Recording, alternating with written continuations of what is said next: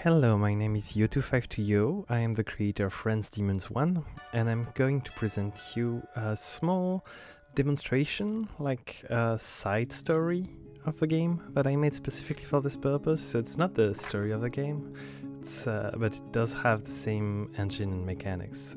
So we start out in this town of Joletburg, where your life has not been too hard. Everybody loves you because you're the promised child. Everybody knows your name.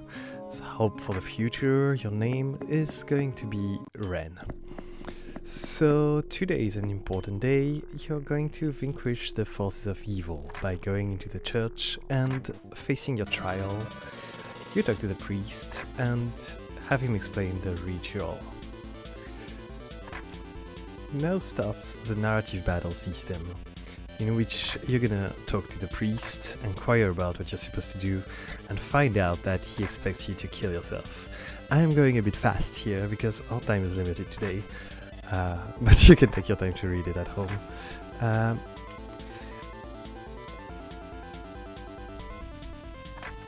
So it doesn't seem like we have much of a choice here. What are we going to do? Guess let's play along for now and kill ourselves. Fall on the floor, consciousness vanishing, as life leaves our frail body. The story continues in another time, in another place called Priletburg, and here we are faced with the core of the game, because this game is really about die and retry. Everything's procedurally generated, so the color palette changed.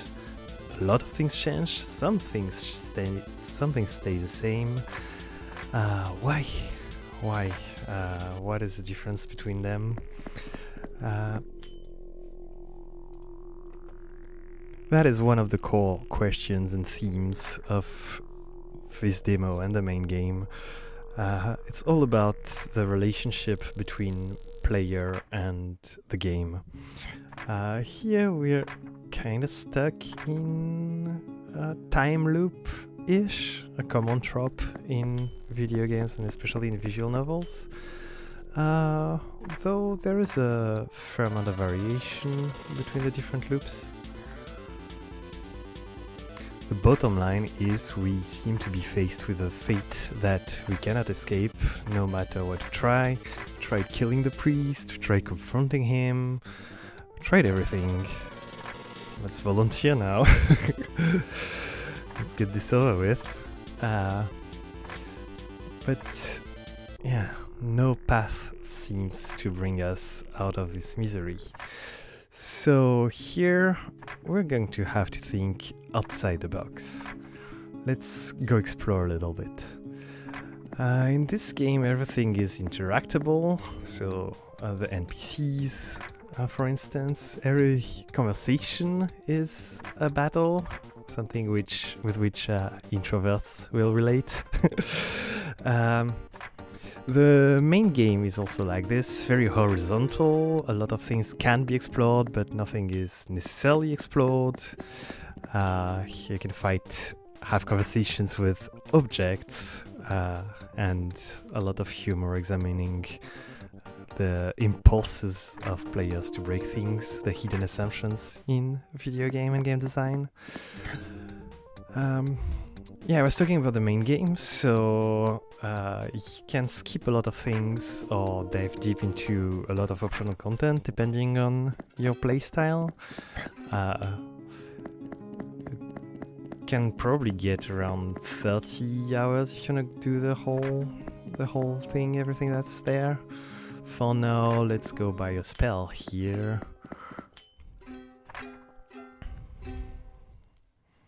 There is 6 different schools of spells or items, in addition to which you have 15 different characters, party characters that can join your party and have their own abilities.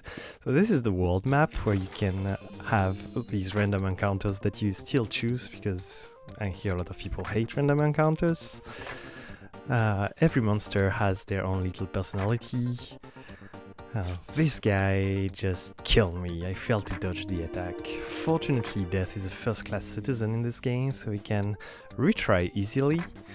And more than that, Death is actually useful. So if I go in the menu, I can find Martyrdom and spend my Death.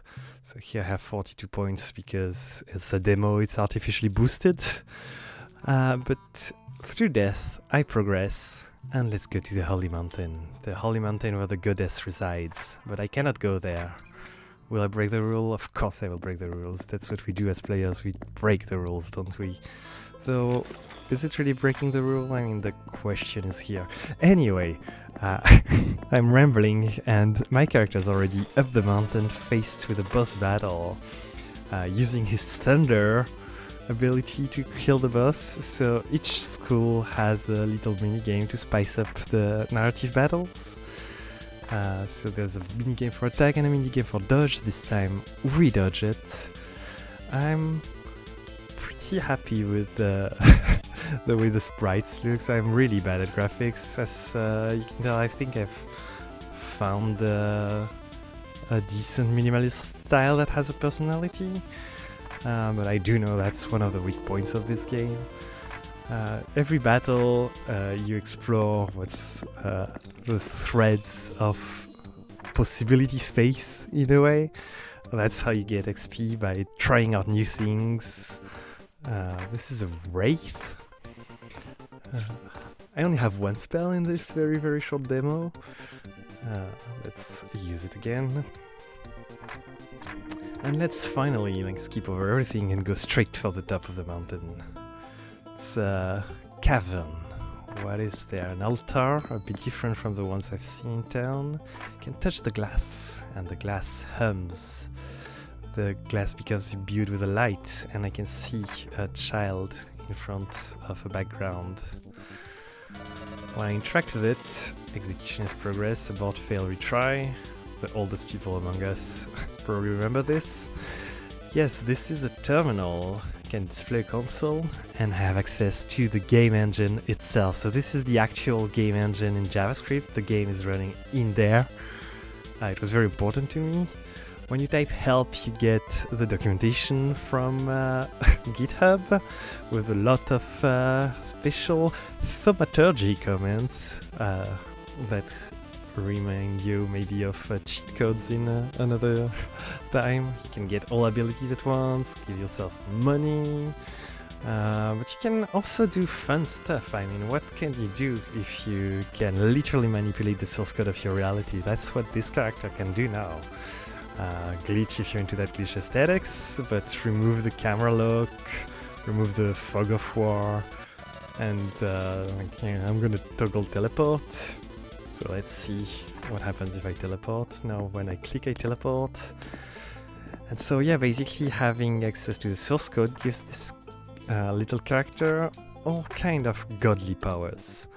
The thing that's not in this demo is that in the main game, this goes on to question the relationship with you, the player. But here, let's win. So we can get rid of all suffering. It destroys all the monsters. That's perfect. Destroys all the people to avoid suffering. All the life forms. The goddess too. I guess if you kill everything, there's no more suffering. Guess it deleted the operating system too. So that's the end of this little demo. The full game and the demo are online on Steam, but there's a secret ARG where you can get it for free. Please do check it out or get in touch at least. I'm really eager for comment and feedback. It's Friends Demons 1 by Yo252Yo. Thank you very much.